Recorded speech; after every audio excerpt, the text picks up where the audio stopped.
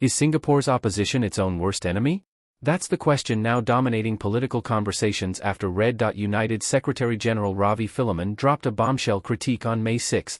In a bold Facebook post, he claimed that ego, not principle, is what derailed opposition unity in GE 2025. Let's unpack this in detail, and stay with us, because this isn't just about one party's opinion. It's about the future of political credibility in Singapore. RDU contested in 4 constituencies during GE 2025. They campaigned hard, they engaged with residents, and they tried to position themselves as a credible alternative. But they lost in all 4 divisions.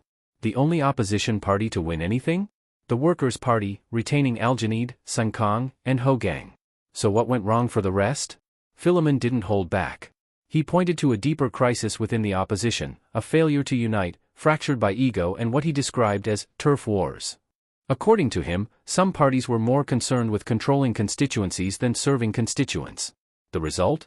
Multi-cornered fights that handed easy wins to the PAP, and gave voters the impression that the opposition was fragmented, disorganized, and even self-sabotaging.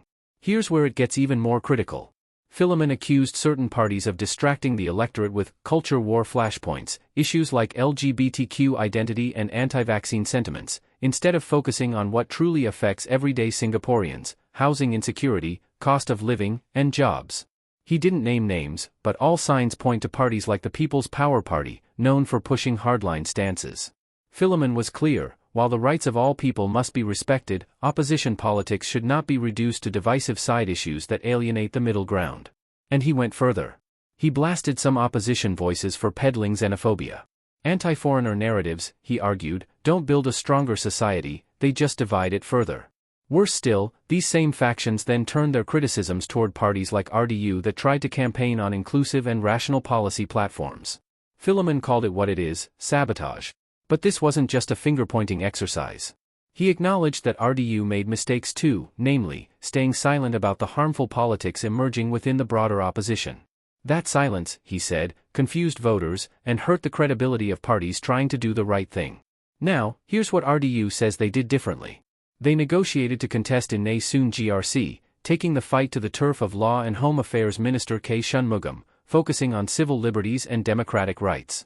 In Holland Bukit Timah, they replaced the SDP and challenged what Philemon called a fortress of elitism, aiming to expose the growing class divide. More importantly, RDU was the first party on the ground in Jalan Kayu SMC, but they stepped aside to let the Workers' Party contest instead, because WP was better positioned to champion labor issues and workers' rights. That decision resulted in WP's Andre Loh securing an NCMP seat. A bold, selfless move, and a rare example of what opposition cooperation can look like.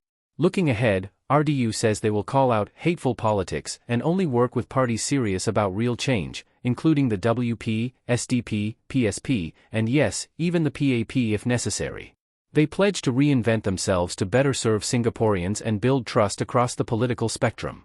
So here's the question we want to leave you with: is this the wake-up call Singapore's opposition needs, or are we doomed to see the same fragmentation and ego play out again in 2030? Drop your thoughts in the comments below.